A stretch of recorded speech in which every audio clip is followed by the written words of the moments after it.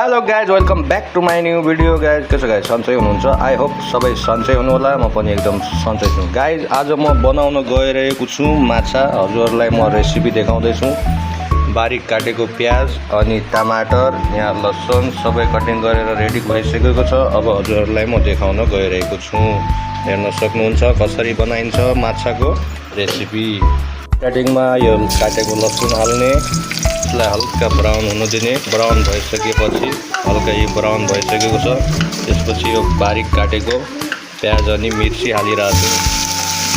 यसलाई राम्रोसँग brown हुनेसम्म 1-2 minute राम्रोसँग फ्राई गर्नु होला। यो चाहिँ मैले माछाको अन्डा फ्राई गरिसकेको छु। हेर्न सक्नुहुन्छ प्याजले कलर छोडिसकेको छ, हल्का ब्राउन भइसकेको छ गाइज। अब यसमा यो बारीक काटेको टमाटर हालिदिने। यसलाई पनि राम्रोसँग पाक्न दिने। मजाले यसले पनि कलर छोड्छ। यसमा स्वाद अनुसार नमक हाल्ने अनि हल्दी हाल्ने अनि यसलाई मजाले चलाएर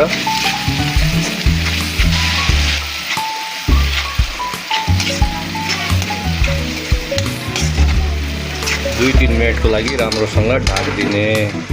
2 मिनट पाकिसकेको छ, राम्रोसँग टमाटर पाकिसकेको छ। अनि यो हामीले चाहिँ पिसेर राखेको मसला छ, ती लसुन अदरक सबै पेस्ट छ गाइस। यसलाई पनि राम्रोसँग मिक्स गर्ने। हेर्न सक्नुहुन्छ हजुरहरू माछाको रेसिपी। चाहिँ यो मसला रेडी भइसकेको छ। अब यसमा हामी हाल्छौँ माछाको पिस। ल हेर्न सक्नुहुन्छ गाइस। यसलाई राम्रोसँग मिक्स गर्ने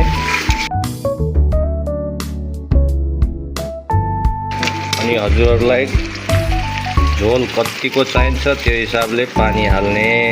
पानी हालेर मस्त हलाइदिने। 5 मिनटको लागि स्लो ग्यासमा ढक्कन लगाइदिने। लगाएर हेर्न सक्नुहुन्छ 10 मिनट पछि हाम्रो माछा रेडी भइसकेको छ।